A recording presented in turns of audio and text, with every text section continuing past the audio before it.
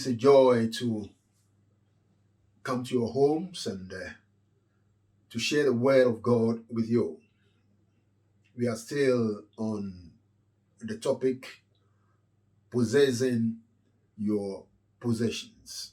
Possessing your possessions. I believe that God has given unto us great possessions, which some of them are in the hands of the enemy. And by the grace of God, we are able to recover everything that the enemy has stolen from us. So we'll get into the Word of God, and then we see the direction the Lord will give unto us, and to recover everything that the enemy has stolen from us. Hallelujah, hallelujah, hallelujah. Praise the Lord. Shall we pray? Our Heavenly Father, we thank you. Mighty God, we give you praise. We give you glory. We give you honor for another day you have made for us and to come and receive from you. Precious Jesus, we want to say thank you. Thank you for the power of your Holy Spirit that is with us. Thank you for the blood that was shed for us. The blood that cleanses us and washes us. We give you praise this morning. We give you glory. Now come, Holy Spirit, and minister your word to us through these lips of clay. Let us be blessed out of your word today. We give you praise and we give you glory. Oh, come and bless your word for us this morning. Thank you, Jesus. Thank you, Lord. And in Jesus' name, we have prayed this morning. Hallelujah. Praise the Lord. Global, I know you are well. God bless you. Soon we'll be going back to church by the grace of God in God's own time. Hallelujah. But for now, we still praise the Lord and we still honor him. We are still exalting his name. Hallelujah. God is good. God is good. God is good. Praise the Lord. So, possessing your possessions. In Ephesians 1 and 3, it said, God has blessed us with spiritual blessings and his heavenly praises in Christ Jesus. But the enemy, who knows that God has blessed us, come and steal these blessings from us. And where we should find joy, we have to find pain. Where we should have peace, we have troubles. Where we should have good relationships, even in our marriages, there are chaos. But thank God for the word of God that is able and to liberate and to set the people of God free. I'm reading from the New King James Version. Luke 11 and 21, it said, when the strong man, fully armed, guards his own palace with his goods in peace. And he referred him as what? As a strong man. And because the strong man, he comes to steal that which God has blessed us and his heavenly places. Hallelujah. In fact, God is expecting that those blessings are entrusted in our hands, and then we walk in these blessings here on earth. But the enemy detects it early and then blocks those blessings, sees those blessings. I'm talking about the blessings of joy and peace and love and victory. And then he leaves the people of God in misery. Hallelujah. So that's what we read in Luke 11 and 21.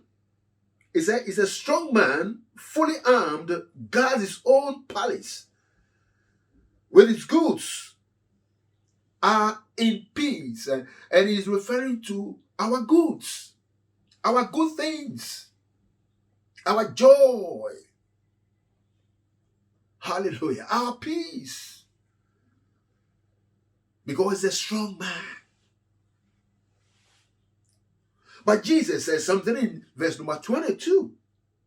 He said, when a stronger man, that is referring to Jesus, he comes upon him, he takes from him all his armor, in which he trusted, and divides the spoil.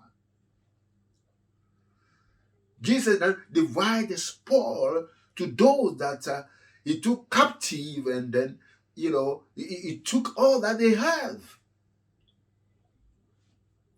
So this is a position that, Jesus is able to put this strong man. He will disarm him and then get all that he has from him. So that's the reason why we have to trust in the Lord Jesus. Because when we don't trust in him, we make ourselves vulnerable for this enemy that calls himself the strong man. In fact, he's after vulnerable people to come and take their good things unto himself, into his palace. And then he stay there in peace. And then you'll be going around worrying, and nothing good is coming out of your life. I tell you that when we trust in the Lord Jesus Christ, every possession of ours that the enemy, Satan, has stolen, with Jesus, we are able and to recover everything. Now, in Matthew 16 and verse number 19, Matthew 16 and verse number 19, Jesus said to Peter, he said, I've given you the keys of the kingdom of heaven. I've given you the keys of the kingdom of heaven. Now, these keys, you use these keys, praise God, to bind all the works of the enemy. Are you hearing me? Praise God. The works of the enemy, we bind them in the name of Jesus. The sicknesses that it brings upon our life, the frustrations, hallelujah, the barriers, the boundaries that he places upon our lives, we bind them, we destroy them in the name of Jesus. And he said, when we do that, it's already bound in heaven. But God wants us again to ask, and then it will be given. What are we asking? We are asking that we are binding the works of the enemy. If you don't bind him and he remain loose, then he will come into your territory and he will destroy the good things that God has placed in your life. Because he says that you are the blessed of the Lord. But in the name of Jesus, if you are to bind the works of the enemy, so when you bind on earth, it's already bound in heaven. What are we binding? We are binding his works, the sicknesses, the frustrations. Hallelujah. Anything that you don't like and you don't desire, but the enemy brings around you, You take authority in the name of Jesus and you bind it. And it's bound. Hallelujah. Because it is the enemy that brings all these things to you. And when you are able to bind the works of the enemy, it doesn't have power over you. To come and to have access to your possessions. Praise God. Now, your joy, your peace, your prosperity that he locked up, your beautiful relationships that he blocked. He said, now when you lose them on earth, they are loose in heaven. And then you begin and to walk in the comfort of the Lord.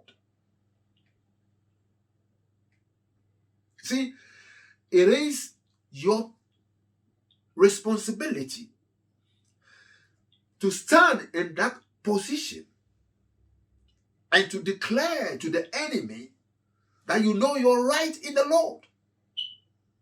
Hallelujah. Because there are a lot that the enemy has stolen everything that God had given unto them. And to live on this earth. Taking their joy, taking their peace, taking their marriages, taking every opportunity that will come on their way. But there is a way out. There is a way out. The Bible says in Psalm 102 and verse number 3, it says, but thou shalt arise and have mercy upon Zion. It said, for the set time to favor her, yes, the set time has come. Why this time? Because this is the set time of God to release you and to free you from that bondage, from being a captive of the enemy. So this is the set time for God. Hallelujah. Oh, you have to praise the Lord and you have to give him glory and you have to give him thanks. Because even as I preach the word of God to you, if the enemy have taken anything from you, stolen anything from you, in the name of Jesus, it's being reversed. You are getting your things back. Why? Because the stronger man has gone into the territory of that strong man and collected everything of yours that he stole it unto yourself. It is the will of God that you should live in the peace of God, that his glory is seen in your life. But we have this enemy who do not want to free the people of God.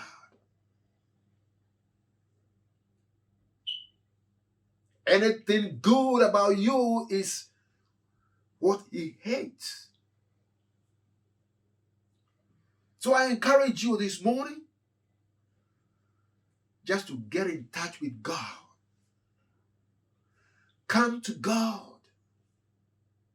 And when you come to the Lord, he will stretch his wings around you and he will protect you. You know, in Ecclesiastes and chapter 3 and verse number 11, it says, in his time, he makes all things beautiful. As we hear this word this morning, you are just in his time when everything will be made beautiful for you. In fact, this is the message the Lord said, give to them. I want to get into a story in the Bible. This is about David. David, who went to war. He went and joined himself with his soldiers, his troops, with the Philistines, to go and fight against the Israelites. Praise God. And he came and said, no. You know, David kills his thousands and his 10,000s, and Saul killed his thousands. And today David is with us. We are not sure about this David. Praise God. And so they called him and he said, David, no, you have to go back home. David left his wives, his children, and all that he has in Ziklag with the 600 men. They all went. And when he has to return to Ziklag, then he realized that there was nothing in Ziklag. 1 Samuel in chapter number 30.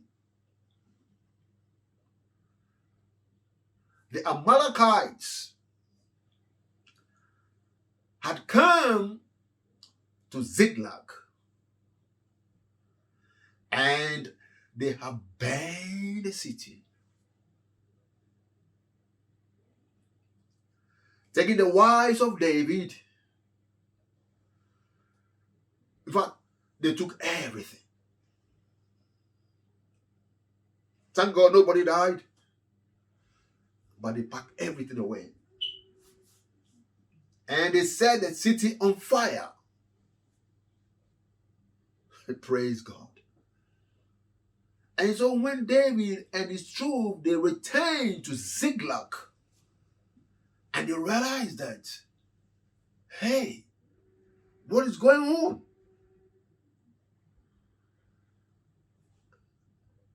Where is our family? Our families are gone. Cattle, everything is gone. The place is bent down.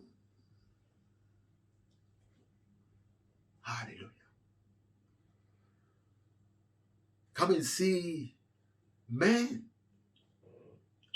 1 Samuel chapter number 30 and verse number 6. Now David was greatly distressed, for the people spoke of stoning him, because the soul of all the people was grieved, every man of his sons, every man for his sons and daughters. But David strengthened himself in the Lord his God. The men's wives are gone. Their sons are gone. Everything is gone. The place is bent down. Oh, come and see big men weeping, crying. They never knew who came in there and did this evil to them. They don't even have an idea. Praise God. Crying. They realized the best thing is to stone him, because he brought all these things upon them. You know, so sometimes we come to a place like this in our life where there is no answers you have to give. David couldn't give this man any answers. He took these men to war, and now their wives and daughters and sons, they are all gone.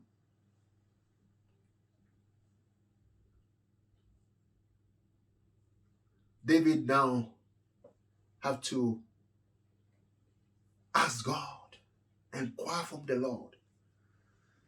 1 Samuel 30 and verse number 7, David asks Abiathar, the priest, for effort. That is a garment the priests, they put upon themselves, and then they enter into the presence of God. And so David now is going to inquire from God, what is the next step? Hallelujah. You know, sometimes we come to a situation like this when everything is gone. There's no expectancy. The place has been bent down. But, you know, sometimes it's very important again to go to God. To go and ask God, oh, what is the next move in my life? Nothing is working. It seems everything is finished. It seems there's no hope and there's no faith. But the Bible says that David entered into the presence of the Lord, and then he prayed to God, and God gave him direction. Anytime we get into the presence of the Lord, anyhow weak we are, the Lord is able to strengthen us. The Lord is able to empower us. Praise God. Hallelujah. Hallelujah. And when David inquired from the Lord, Lord, what do I do? And the Lord, that is in verse number 8, David inquired of the Lord, shall I pursue this strong? Those people who came and did this evil, should I pursue them, or what shall I do? And where should I go? And the Lord said to David, pursue them. And when you pursue them, you can overtake them. Hallelujah. And then you can recover everything that the enemy has stolen from you. You know, your God has power to provide for you that which is lost. The enemy came into their camp, get everything out, and then burn the city. As David entered into the presence of the Lord, he was encouraged and empowered. And the Lord gave him an instruction. Go ahead, pursue these people, and you will recover everything that has been stolen from you. So, the word of encouragement to you is, when you come into a situation like that, and everything seems to be dead, nothing is happening,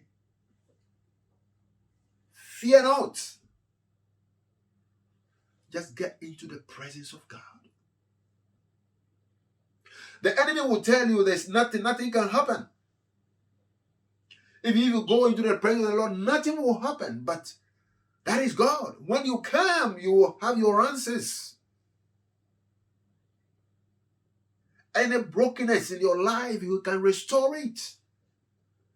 Anything missing, He can fill it for you. That is the God Himself. Amen. With David at this point,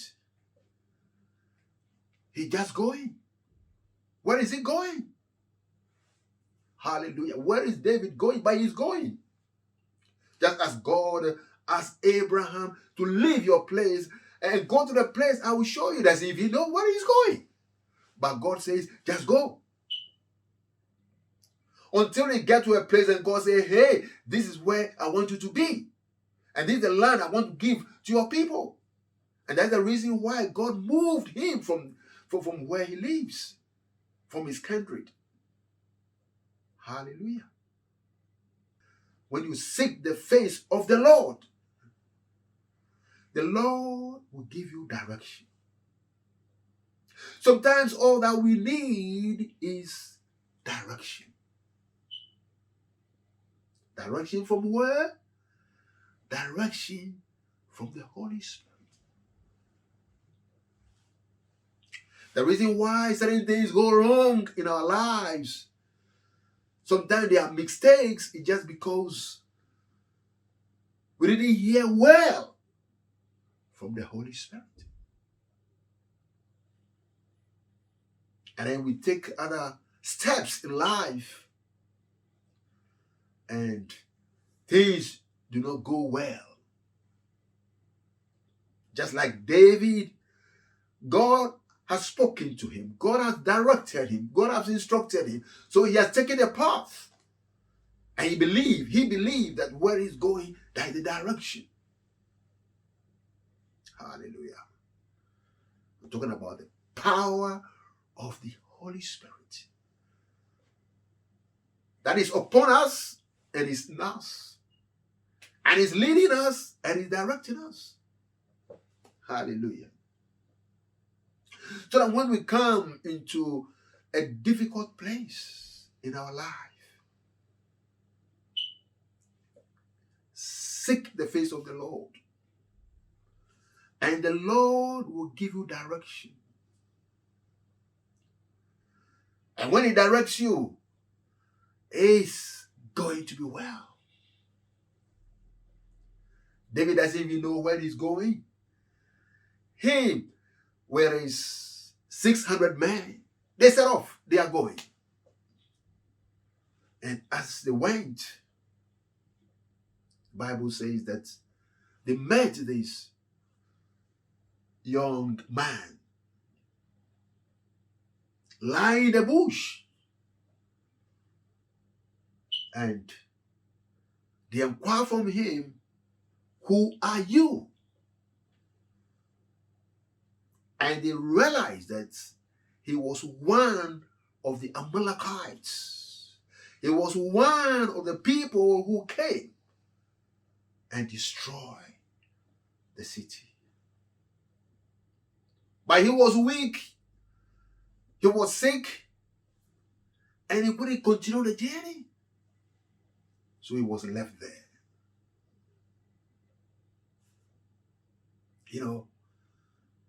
And that was God's doing. Because God knew that David had to find a direction, the place where the wives, the children, where these people are. Because God said they should go. But here again, God is showing them the direction. God had provided for them somebody to show them where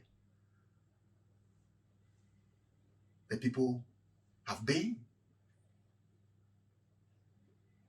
Did you believe that God can make such a way in your life?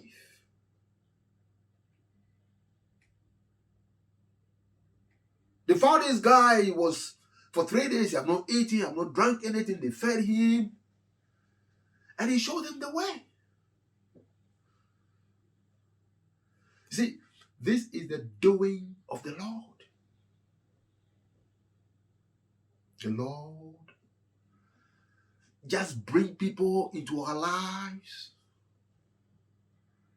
and your life is completely changed. Do you know that the Israelites, when they left Egypt, it's supposed to be a 11 days journey to Canaan? 11 days. But they took the wrong direction. So they wandered around for 40 years. David and his troop, they could have taken another direction. And as they took that direction, they cannot find these people. But God led them. And they found this guy. See, I'll show you where they are. He said, swear with us that when we get there, you will not kill us. You will not reveal us to them. That it was our direction that brought them there. Praise the Lord. Oh, I tell you, this is a miracle. God works in a way we can't just imagine. They never knew they were going to meet this guy. They were just going. And God made a way. This Egyptian who happened to be a slave to the Amalekites took them to where these people were. And when they got there was so much jubilation.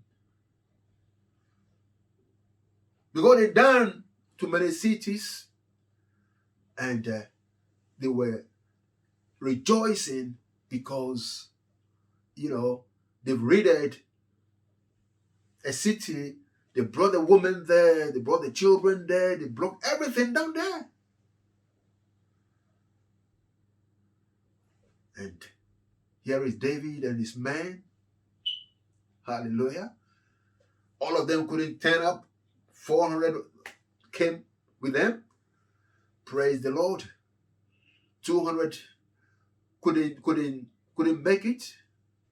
They rested somewhere. Hallelujah. But the good news is, I think David went with some people. It was a long journey, but he made it. Guess what happened? With the 400 men, they began to slaughter these people. Those who have to run, they ran. But the good news was everything was intact. That was the good news. All the wives, all the women, all the children, everything was intact. And they were able to get their flocks. They were able to get everything that they needed. This is the hand of the Lord. This is the Lord doing. Praise the Lord. Nothing was missing and nothing was broken. They had all of them. All of them. They had every one of them. In addition, David had to collect their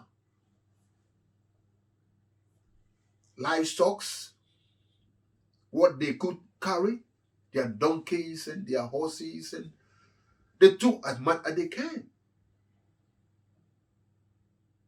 Because, these body were just on their foot there, but when they were coming, they were able to use their camels or whatever they had at that time. And they recovered everything.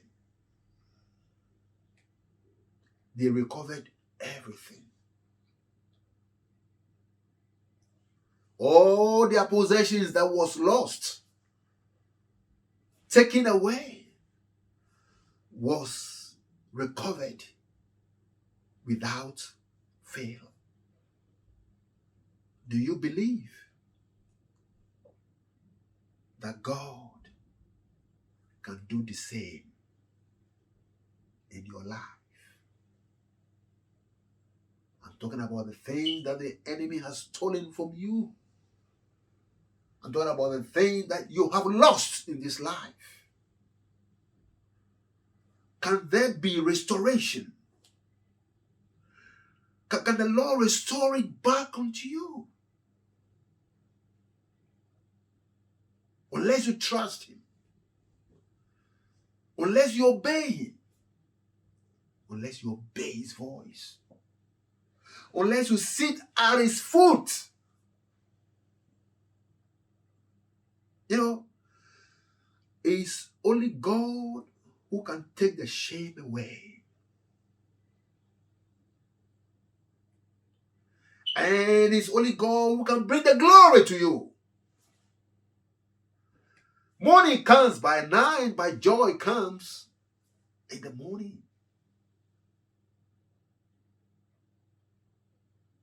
Hallelujah. Put your trust in the Lord. Put your faith in the Lord. And see what the Lord will do in your life. What report are you believing? Are you believing the doctor's reports? Are you believing the report from wherever it comes from? Listen to the report from the Lord. And what is his report? He says, it is well, and it is well with my soul.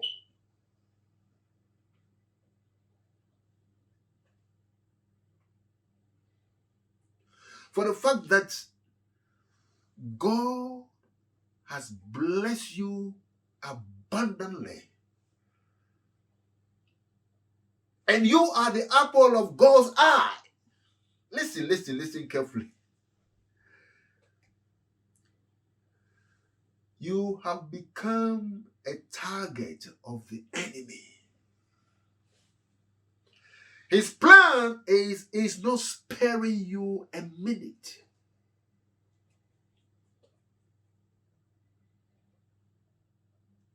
That is the reason why it's important to be under the shadow of the Almighty.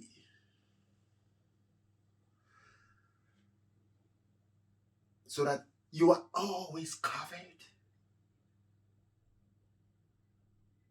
He will wall around you, but he can't get hold of you. I know, people who came to the Lord and, with some very, very serious issues. But God was able and to turn the situation around. It's a true story. Turn the situation around. They gave testimonies. But they left the presence of the Lord.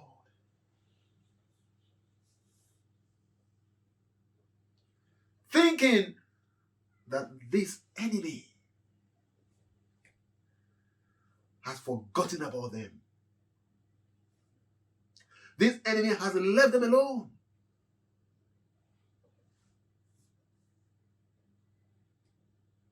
But if you go to Luke, in chapter number 11, verse 24, it tells you that this same enemy that brought sorrow into your life and you have been delivered, it comes back again to check whether, how are you? Are you still on fire? Are you still under that protection? Or are you vulnerable? Bible says he go to collect another 7 spirits to come in. And this time around, they will not spare you. They will not spare you. So David got all their camels and their, all their good things. David himself said, this is David's spoil. David messed them up, killed them. Those who have to run, they run. They left the city. You are to recover all without fail.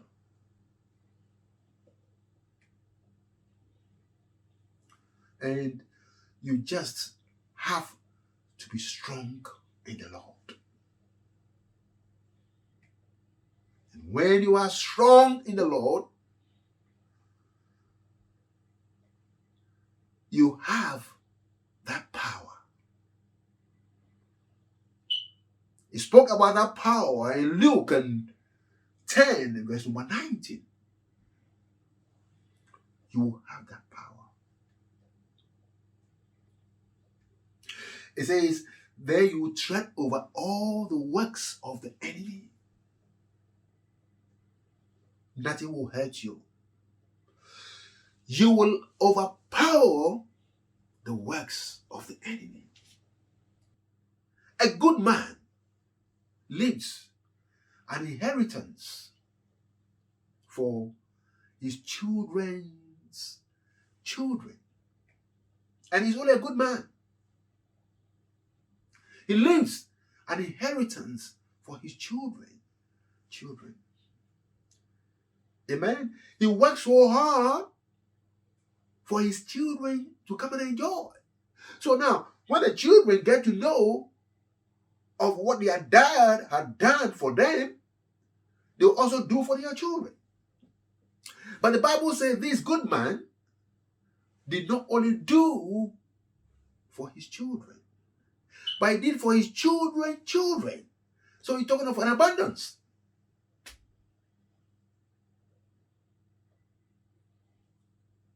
It says, it's only the fool who will say that there is no God. Because it says in the same verse, that is Proverbs 13:22, it says, but the wealth of the wicked is stored up for the righteous. So to the wicked, he might think, I am punishing this righteous being. And sometimes because you are a Christian, they try to take advantage upon you. Because you are a Christian. This is the word of the Lord for us today. Hallelujah. So God bless you for hearing his word. Hallelujah, hallelujah, hallelujah. And it's our privilege and our honor to give an opportunity for anyone who wants to rededicate your life to Jesus or give your life to Jesus. I'm just going to lead you in that prayer before we say our closing prayer. Praise God. So if you are there and want to give your life to Jesus, you can just say these few words after me. Lord Jesus, I repent of my sins. Come into my heart, and I'll make you the Lord of my life. From today, onwards. If you have just said that, He has become the Lord of your life. And if you believe in your heart and you really said it out of your mouth, then you have become a child of God. His wings are covering you, and His protection is all around you. You're going to see new doors being opened unto you. And any possession that the enemy has stolen from you is being recovered in Jesus' mighty name. Amen. Amen. Shall we pray? Shall we pray? Our Heavenly Father, we want to say thank you again for this opportunity and to minister unto this your precious, precious sheep, Holy Spirit. I want to say thank you for revelation knowledge, and thank you for your word. I want to say thank you for the word being sown in the good ground, that this word has germinated and bear great and good fruits. Thank you, my God, that we have recovered everything that the enemy came and stole from us. And today, we can say that our joy is full. We give you praise, and we give you glory, and we give you honor. And in Jesus' mighty name, we have prayed. And the people of God says, Amen and Amen. Shall we share the grace together? The grace of our Lord Jesus Christ, the love of God, and the sweet fellowship of the Holy Spirit should be with us now and forevermore. And surely goodness and mercy shall follow us all the days of our life, and we shall be in the presence of the Lord all the time. Amen and amen. So God bless you and have a blessed Sunday.